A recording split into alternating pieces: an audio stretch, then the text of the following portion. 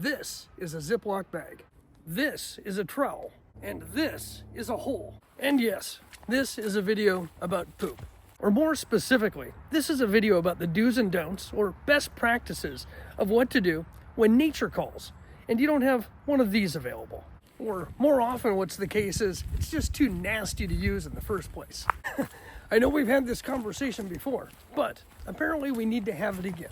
Look, when we're out here in nature, it's important to remember that we are guests.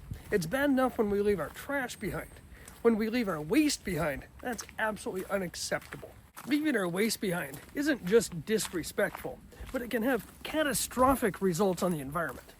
You could inadvertently contaminate the water supply, attract unwanted animals, or just make it an all-around disgusting and unpleasant experience for other hikers. If you think about it, this ecosystem is in delicate balance. Every action we take, no matter how small, has a lasting impact.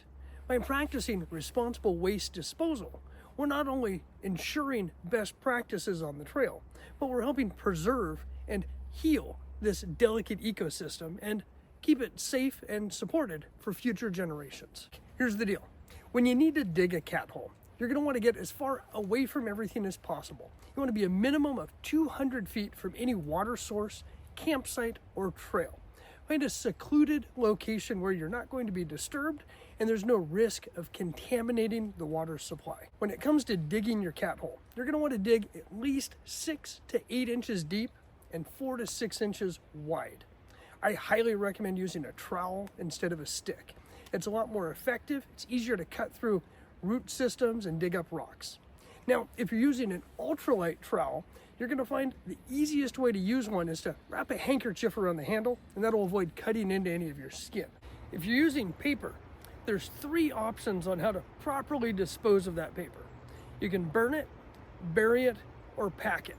Now, if you bury it, remember, it could take months, even years, for the paper to fully break down and decompose. If you burn it, the best practice is to, once it's fully extinguished, spread those ashes and disperse them, or bury the ashes in your hole. The easiest method, but probably not the most tasteful for a lot of folks, is the pack it out method. But that's pretty simple. Utilize a Ziploc bag, and you're gonna pack your used paper in that Ziploc bag, carry it out with the rest of your trash, dispose of it like you would if you had a pet. Now, if your preference is disposable wipes, then the only option for those is to pack them out.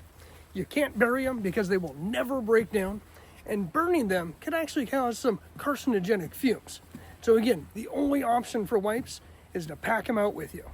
Dig your hole, take care of your business, and then you're gonna fully fill in that hole, pack it down, then spread some leaves or pine needles over the surface to disguise the fact that you were there.